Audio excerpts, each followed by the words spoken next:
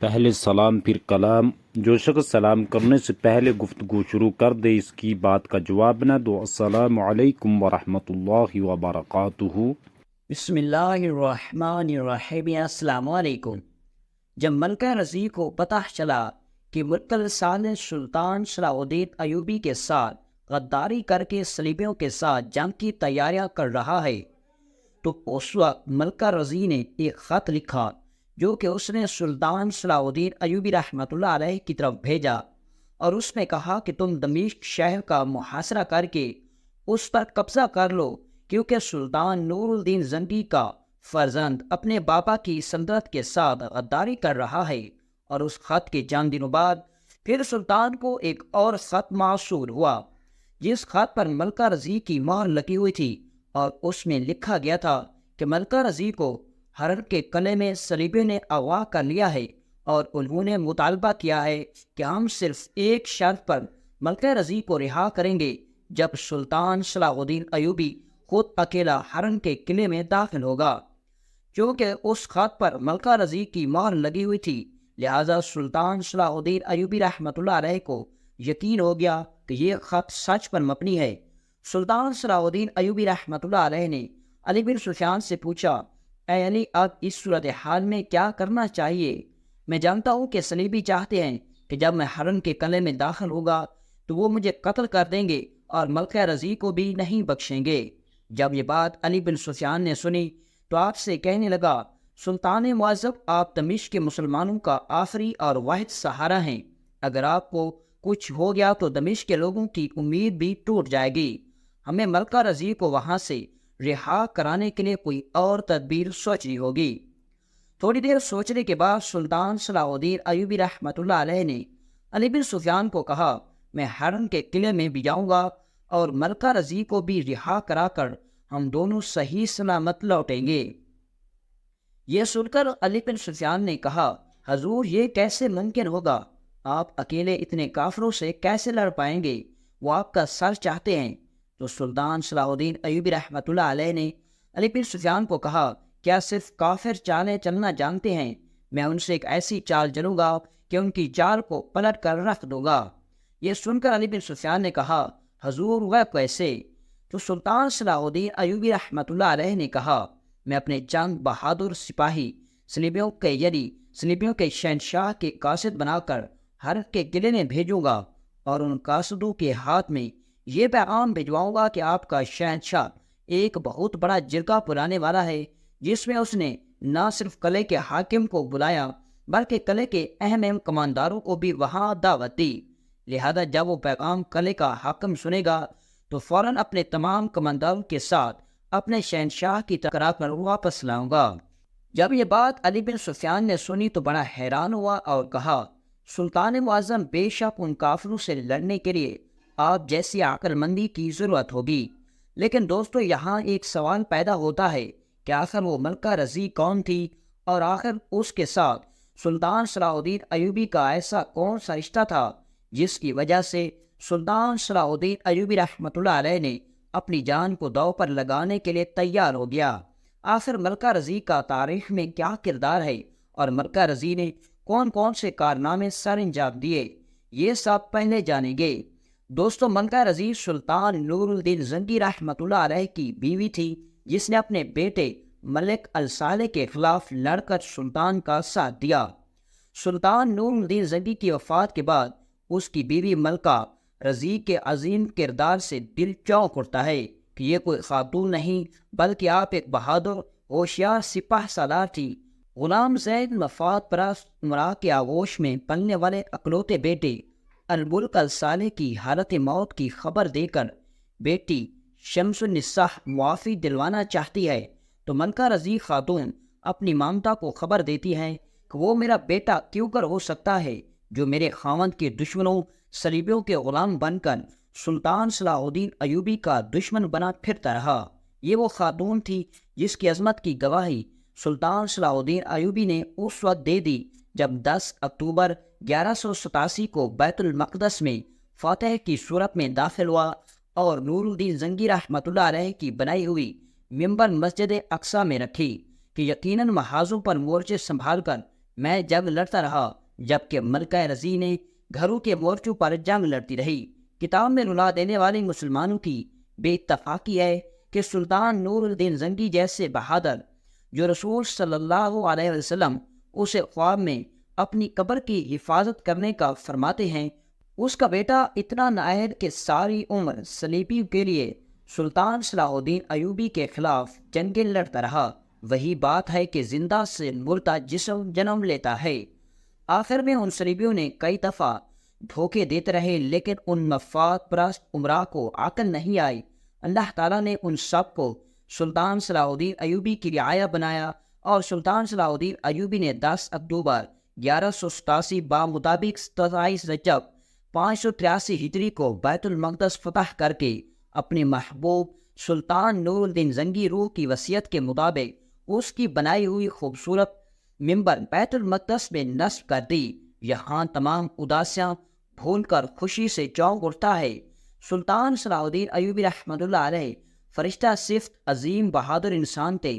ہمیشہ کے لیے زنگی خاندان کے لیے دل خیر خواہی رکھتے تھے، لیکن زنگی خاندان تھا کہ سمجھتا نہیں رہا سوائے اس عظیم بیوہ رضیہ کے۔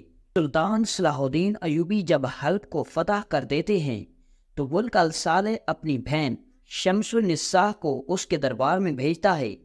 وہ سلطان صلاح الدین ایوبی سے معصوم زبان سے کہتی ہے کہ میرا بھائی آئندہ کے لیے آپ سے کبھی بھی جنگ نہیں لڑے گا، چچا ہمیں حلب اور قلعہ میں رہنے دیجیے۔ ایوبی کہتا ہے کہ تم زنگی کی بیٹی ہو تو میری ہی بیٹی ہو، آپ کو حلب اور قلعہ دے دیا۔ جس شہر کو سلطان صلاح الدین ایوبی رحمۃ اللہ علیہ نے حاصل کرنے کے لیے سردیوں کے دن رات 38 دن محاصرے کیے رکھا، اور اس شہر کو فتح کرنے کے بعد سلطان نے صرف ایک درخواست پر سلطان نور الدین زنگی کی بیٹی کے حوالے کر دیا، وہ شہر اور قلعہ۔ دوستو، آخر سلطان نور الدین زنگی کے ساتھ سلطان صلاح الدین ایوبی رحمۃ اللہ علیہ کا اتنا لگاؤ کیوں تھا؟ اور جہاں ملکہ رضی اور سلطان صلاح الدین ایوبی کا ذکر ہو، وہاں سلطان نور الدین زنگی رحمۃ اللہ علیہ کا زندگی کا ذکر نہ ہو تو وہ تحریر مختصر رہ جاتی ہے۔ خلفائے راشدین اور حضرت عمر بن عبدالعزیز کے بعد جن مسلمان حکمرانوں کی عظمت کردار نے آسمان کی رفعتوں کو چھو لیا، ان میں ملک عادل سلطان نور الدین محمود زنگی کا نام امتیازی حیثیت رکھتا ہے۔ اس کی عظمت کا اس سے بڑھ کر اور کیا ثبوت ہوگا کہ ہر دور کے مورخ، دوست اور دشمن سبھی نے اس کی شہرت عام اور بقائے تمام کے دربار نمایاں جگہ دی ہے۔ بعض مورخین نے خلفائے راشدین کے بعد تمام فرما روایا اسلام میں اس کو سب سے بہتر سلطان قرار دیا ہے۔ نور الدین زنگی فروری 1118 میں پیدا ہوا اور 1146 سے لے کر 1174 تک 28 سال حکومت کی۔ اس نے عیسائیوں سے بیت المقدس واپس لینے کے لیے پہلے ایک مضبوط حکومت قائم کرنے کی کوشش کی، اور اس مقصد کو حاصل کرنے کے لیے گرد و نواح کی چھوٹی چھوٹی مسلمان حکومتوں کو ختم کر کے ان کو اپنی مملکت میں شامل کر لیا۔ مصر پر قبضہ کرنے کے بعد نور الدین نے بیت المقدس پر حملہ کرنے کی تیاریاں شروع کر دی۔ بیت المقدس کی مسجد عمر میں رکھنے کے لیے اس نے اعلیٰ درجے کا ممبر تیار کروایا۔ آپ کی خواہش تھی کہ یہ فتح بیت المقدس کے بعد وہ اس ممبر کو اپنے ہاتھوں سے رکھے گا، لیکن اللہ تعالیٰ کو یہ منظور نہ تھا۔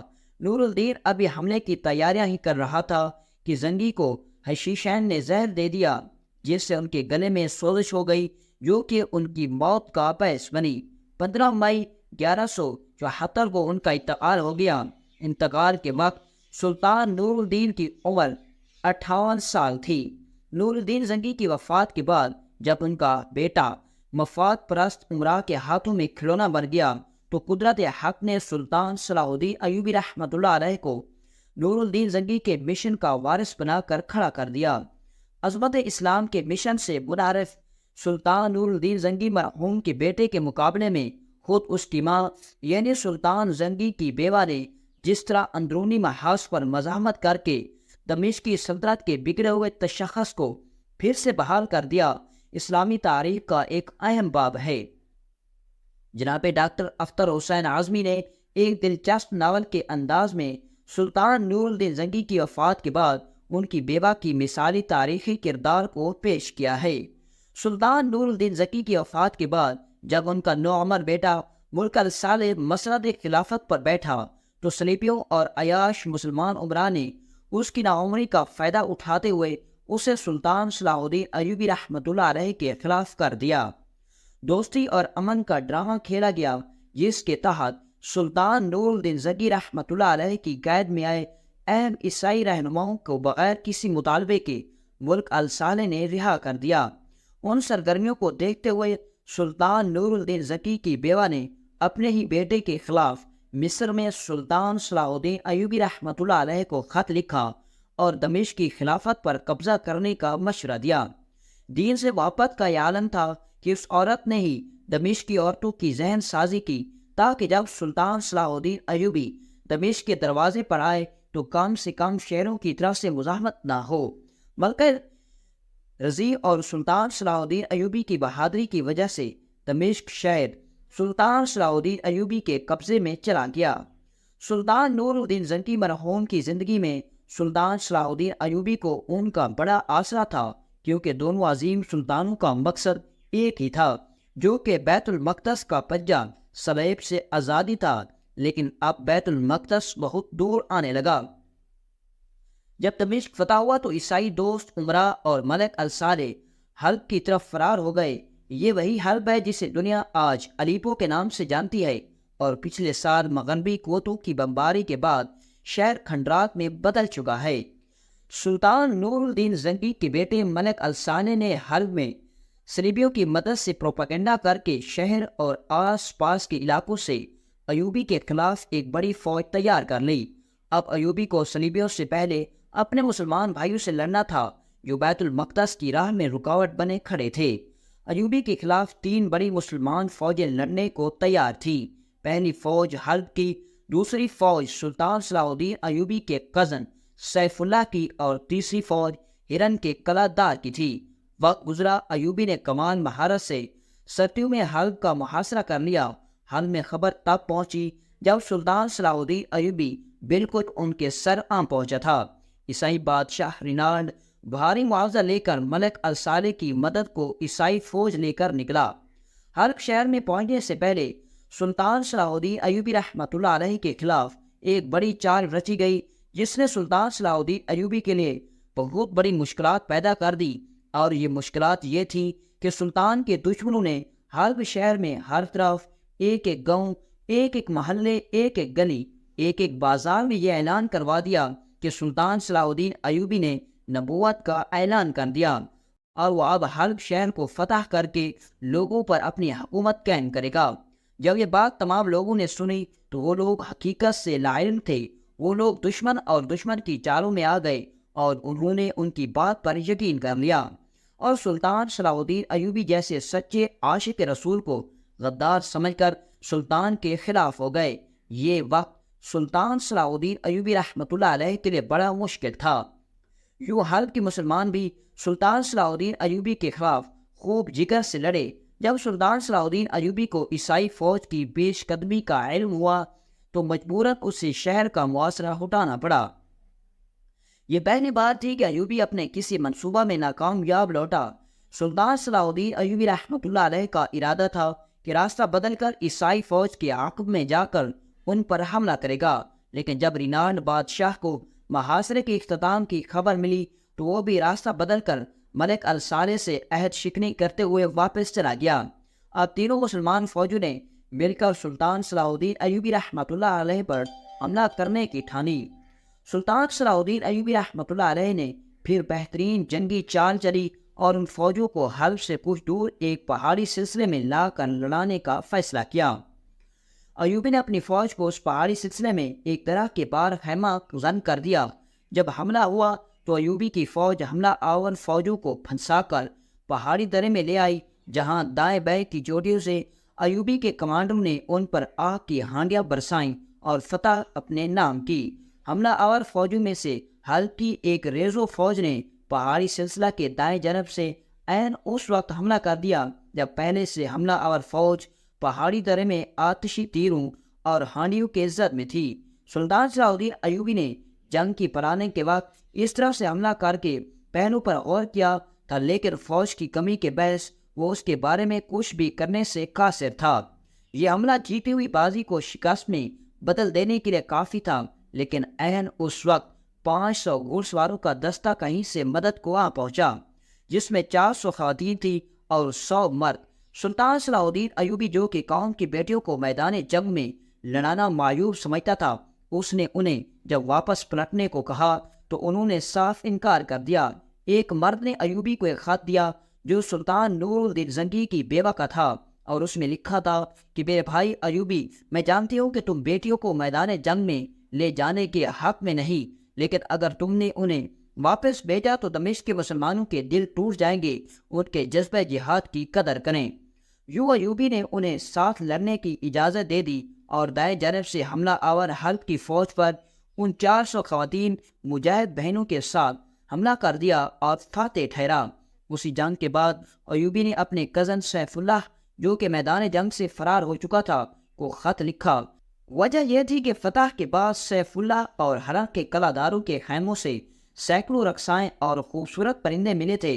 امت کے غداروں سے لڑنے کے بعد سلطان صلاح الدین ایوبی نے فلسطین کا رخ کیا اور جناب عمر رضی اللہ تعالی عنہ کے بعد وہ واحد امیر بنا جو بیت المقدس کا فاتح ٹھہرا۔